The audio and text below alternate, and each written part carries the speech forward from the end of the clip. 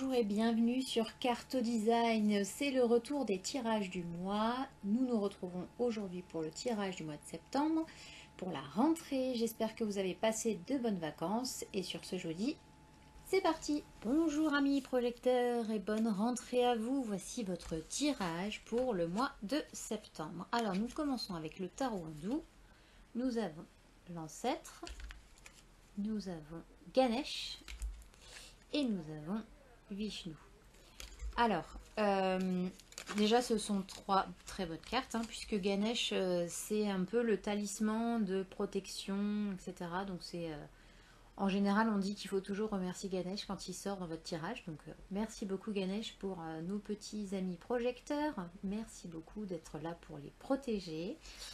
L'ancêtre. Alors l'ancêtre c'est d'écouter la voix de la sagesse. Donc c'est-à-dire que vous avez acquis une certaine sagesse et il faut en faire profiter au monde et surtout l'appliquer pour vous parce que savoir les choses c'est bien mais l'appliquer pour soi c'est mieux.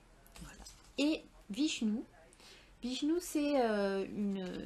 c'est une carte qui nous donne beaucoup d'envergure, c'est à dire que sachez reconnaître que vous êtes entouré. Vous êtes très bien entouré, vous avez des gens qui sont là pour vous écouter, vous avez des gens qui sont là pour vous entourer, être avec vous. Et en fait, reconnaissez à quel point vous êtes aimé par votre entourage. Et ça, c'est hyper important de ne pas toujours aller chercher à l'extérieur, mais de voir au moins déjà autour de vous, même si c'est un petit cercle de la famille, des amis, etc., de vous dire qu'en fait, vous êtes super bien entouré et de remercier en fait la vie pour ça parce que vous êtes entouré et vous avez des gens qui sont là pour vous écouter et pour être proche de vous, dont des personnes aussi qu'on appelle les ancêtres, c'est les guides, c'est vos parents ou des amis plus âgés ou des gens qui pour vous représentent une certaine sagesse. De les écouter aussi et d'être attentif à ce qu'ils peuvent vous apporter. Ensuite, on passe au tarot de Marseille, où nous avons le premier duo, donc l'amoureux, et le valet de bâton. Alors, là, on est face à un choix que vous seul pouvez prendre. C'est-à-dire que n'essayez pas d'aller chercher des réponses à l'extérieur, la réponse, elle est à l'intérieur de vous.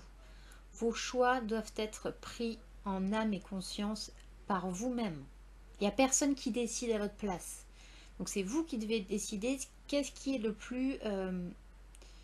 moins dangereux pour vous. Parce que le valet de bâton, c'est vraiment quelqu'un qui est un peu naïf, qui est un peu voilà, très influençable. Et en fait, au lieu de croire ce qui se passe à l'extérieur de vous, ayez un objectif en tête, ayez quelque chose qui peut vous dire, qui peut vous faire garder le cap en fait. De vous dire mais ça, est-ce que ça résonne avec moi ou est-ce que c'est vraiment bon pour moi, je sais pas, et je vais demander l'avis. Non, il n'y a pas de demander d'avis, surtout qu'en plus si vous êtes projecteur splénique, c'est votre intuition qui vous dit si c'est bon pour vous ou pas. Si vous hésitez, c'est que c'est mort. Rappelez-vous ce que j'ai dit sur les autorités. Donc là, important, le choix que vous faites, vous devez les faire en âme et conscience pour vous. Et c'est tout. Ensuite, nous avons le pendu, qui est d'ailleurs à l'envers, le pendu et le 3 de coupe. Alors, il se peut que pour ce mois de septembre, vous ayez besoin d'avoir un temps d'introspection. On va le voir après, il y a encore une carte qui résonne avec ça. Vous allez avoir besoin d'un temps d'introspection et de mettre de côté un peu les soirées, les échanges, et vous allez avoir besoin d'un moment pour vous, pour prendre du temps pour vous et pour réfléchir à vraiment voilà, ce que vous voulez vraiment au fond de vous. C'est vraiment un mois d'introspection. Donc vraiment quelque chose qui doit résonner avec ce que vous êtes. Et si vous avez besoin d'être entouré, sachez vous entourer de très peu de personnes mais des personnes en qui vous avez à 3000% confiance, qui ne profiteront pas de vous, qui... voilà. Entourez-vous, mais très peu.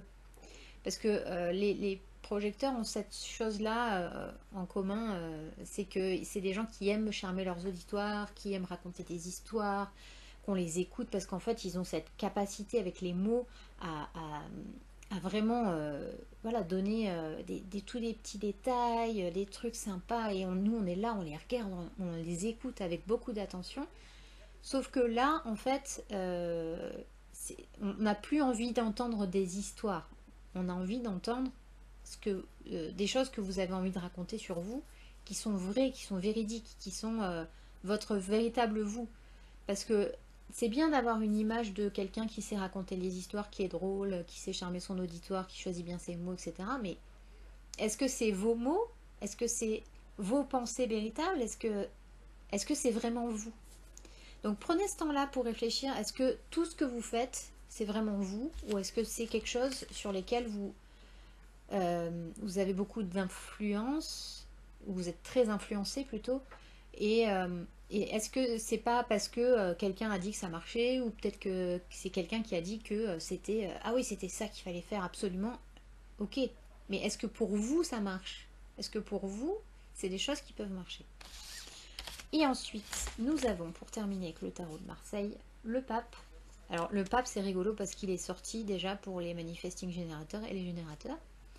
Et le 10 d'épée, je crois. Voilà. Alors, donc le pape, c'est, comme je disais, c'est une carte de guidance, c'est une carte de sagesse hein, qui peut être un peu reliée un peu à l'ancêtre aussi. Et le pape, en fait, c'est vraiment une carte qui représente la sagesse, l'introspection, l'espèce de guide, en fait, hein, que vous êtes, vous, naturellement, les projecteurs. Donc, canalisez cette chose-là, transmettez votre sagesse, mais tout en gardant des choses pour vous. Parce que le problème, c'est qu'avec le 10 d'épée, vous avez l'impression qu'en fait, tout ce que vous mettez en place, tous les projets que vous avez, ils finissent chez les autres. Et en fait, c'est parce que vous êtes beaucoup trop enthousiaste à en parler autour de vous, ou vous remettez toujours au lendemain. Donc aujourd'hui, on vous dit, pour vos projets, restez dans le silence, restez un peu caché, et ne soyez pas trop dans la tête. Hein, soyez vraiment dans le ressenti. Et parce que en fait, à force d'en parler, de parler beaucoup des projets, etc., il y a souvent vous avez souvent l'impression d'être poignardé dans le dos parce que les gens le font avant vous, ou les gens se servent de ce que vous dites, parce que vous aimez raconter des histoires, vous aimez raconter les choses, vous aimez mettre en avant les choses que vous savez, etc. Ce qui fait qu'en fait, finalement, vous avez ce truc de je donne les idées, et puis si vous les concrétisez pas, il y a quelqu'un d'autre qui va le faire. Donc, pour éviter d'avoir cette sensation d'être poignardé dans le dos, ou qu'on vous tourne le dos pendant votre sommeil, hein, comme là vous l'avez dans la carte, la personne elle est en train de dormir et elle a des 10 épées autour d'elle. Donc c'est vraiment, faites les choses pour vous à ce moment-là. C'est-à-dire ne remettez pas à demain ce que vous pouvez faire aujourd'hui. Voilà. Alors, excusez-moi si vous entendez mes pupus cocoter derrière. Mais voilà, c'est qu'elles viennent de pondre, donc elles me donnent l'avertissement que j'aille chercher les œufs. Alors ensuite, avec mon tarot japonais préféré, nous avons Zan, nous avons Yamori et Imori, et nous avons Koro Modako. Alors, Koro Modako, c'est oulala, ça a l'air tumultueux, ça a l'air... il faut rentrer dans la bataille. Non, en fait, là, on vous dit ne rentrez dans le conflit que si vous y êtes obligé. C'est-à-dire que si ça ne vous concerne pas directement, lâchez l'affaire. Nous n'avons pas besoin d'un sauveur. Foutez-leur la paix. C'est-à-dire que foutez-vous la paix aussi. C'est-à-dire que s'il y a des conflits, s'il y a des choses, des tensions, etc., c'est pas votre problème en fait. Si ça ne vous concerne pas directement, ne rentrez pas dans le conflit parce que vous allez perdre. Puisque comme ce n'est pas votre conflit, vous allez perdre du temps, vous allez perdre de l'énergie, vous risquez de perdre des amis, vous risquez de perdre des les plumes. Donc laissez tomber en fait. Hein, c'est vraiment lâcher l'affaire. Ne rentrez dans le conflit que si vous êtes vraiment concerné dans le conflit. Yamori et Imori, on a cette notion de comment dire, de passé présent. Donc ce que vous avez vécu dans le passé, c'est passé. Donc vous pouvez l'utiliser en fait comme outil de réflexion, mais il ne faut pas rester se dire oui parce que dans le passé j'ai vécu ça et c'était vachement bien. Non, en fait non. Dans le passé vous avez vécu ça, ok, très bien, mais c'était dans le passé. Donc maintenant on lâche l'affaire. Et de ne pas être trop non plus dans le futur. C'est-à-dire que cette carte c'est vraiment l'instant présent. C'est l'instant présent, le carpe diem, le qui vivra verra. Mais pour l'instant, là tout de suite, c'est pas utile de dire ouais mais dans le passé j'ai fait ça, ça marchait super bien, ou oui dans le passé j'ai fait telle et telle chose, c'était merveilleux, oui mais on s'en fout en fait. Là maintenant tout de suite dans le présent, qu'est-ce que ça vous apporte? De quoi, enfin comment expliquer, de quoi vous avez besoin aujourd'hui que vous avez fait dans le passé? C'est tout. Là tout de suite à l'instant T, pour votre projet, pour votre vie amoureuse, pour votre vie ci, pour votre vie là. Qu'est-ce que vous avez besoin maintenant? Est-ce que vous avez besoin de revivre la même relation amoureuse que dans le passé? Ou est-ce que vous avez besoin justement de tout le contraire de ce que vous avez vécu dans le passé? Voilà, c'est de prendre juste pour l'instant présent les enseignements que vous avez eus dans le passé. Car Zan, c'est le boomerang. Donc ça veut dire que si vous demandez à revivre la même chose parce que vous avez vécu un truc super génial dans le passé mais qu'en fait c'était pas si génial que ça, si vous faites cette demande là, elle va vous revenir directement dans la gueule, excusez-moi de l'expression. C'est à dire que ça va arriver, ça va revenir et ça va faire mal en fait. C'est à dire que si vous foncez dans un mur et que vous avez trouvé ça sympa, vous allez refoncer dans le mur mais cette fois-ci vous allez avoir plus mal parce qu'on vous avait déjà prévenu. Donc Zan c'est vraiment ce côté de je fais quelque chose, je dis quelque chose, mais ça va me revenir au centuple dans la gueule. C'est-à-dire qu'il faut vraiment être extrêmement vigilant par rapport à Zan parce que c'est le retour de bâton.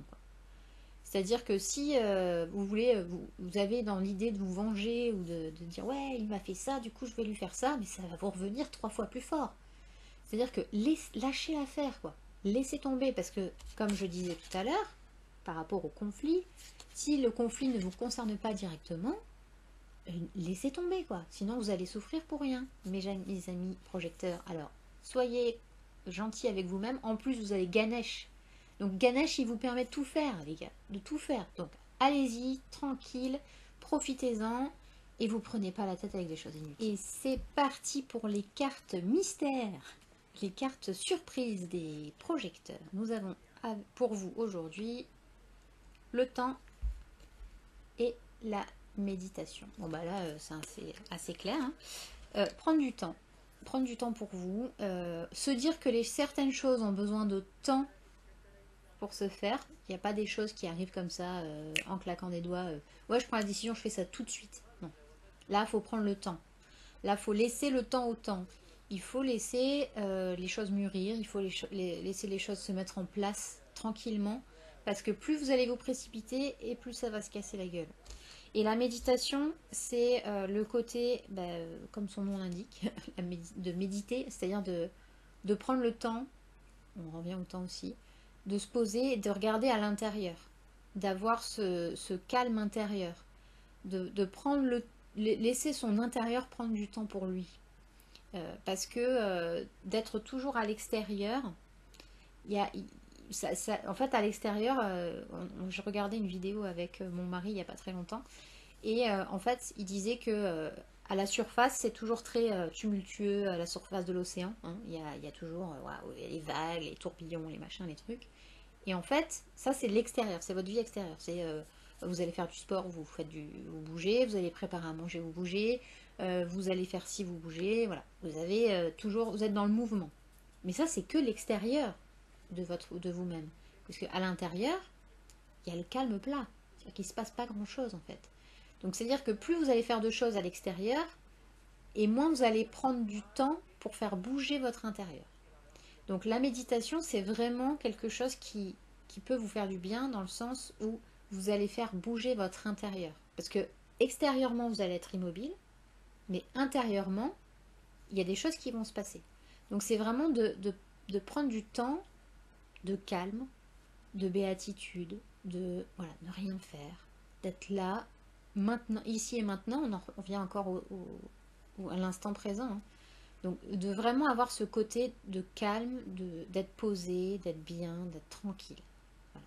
Donc prenez du temps pour être tranquille, prenez du temps pour méditer, pour réfléchir, pour être avec vous-même et vous donner voilà, vous donner vraiment des choses pour vous-même. Merci d'avoir regardé cette vidéo, j'espère que ça vous aura plu. N'hésitez pas à vous abonner, à partager, à liker, à mettre un commentaire sur ce que vous avez ressenti, si c'était bien pour vous ou pas. Voilà. Donc n'hésitez pas, faites-vous plaisir.